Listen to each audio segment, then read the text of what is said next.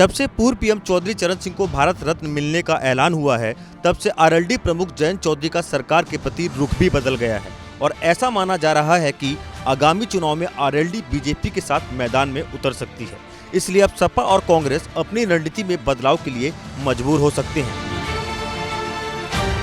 क्योंकि अगर बीजेपी रालोद का गठबंधन हुआ तो आगामी चुनाव में सपा कांग्रेस की मुश्किलें खड़ी हो सकती हैं और ऐसे में फिर सपा कांग्रेस के सामने अपनी रणनीति में बदलाव करने की मजबूरी हो सकती है।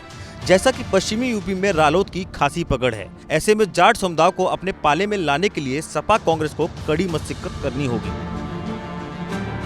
जैसा कि 2022 में पश्चिमी यूपी की सीटों पर सपा आरएलडी ने बीजेपी को कड़ी टक्कर दी थी, तबकि बीजेपी को 2017 के मुकाबले 2022 में कम सीटें मिली थी। राजनीतिक विशेषज्ञों का मानना है कि अगर रालोद सपा के साथ रहती तो इन सीटों के लिए सपा को सोचना नहीं पड़ता।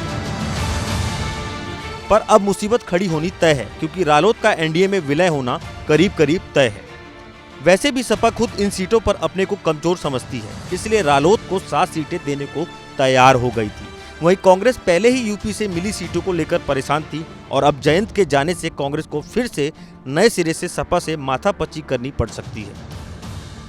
जयंत का एनडीए में जाना तय इसलिए भी माना जा रहा है कि जब से चौधरी चरण सिंह को सम्मान देने का ऐलान हुआ है, तब से जयंत बीजेपी और मोदी सरकार की जमकर तारीफ कर रहे हैं और मोदी सरकार में चौधरी चरण सिंह के विचारों की झलक दिखने की बात भी कही है, जो साफ साफ बहुत कुछ इशारा करती दिख रही है। अब सपा कांग्रेस आगे की क्या रणनीति बनाते हैं, ये देखने वाली बात होगी।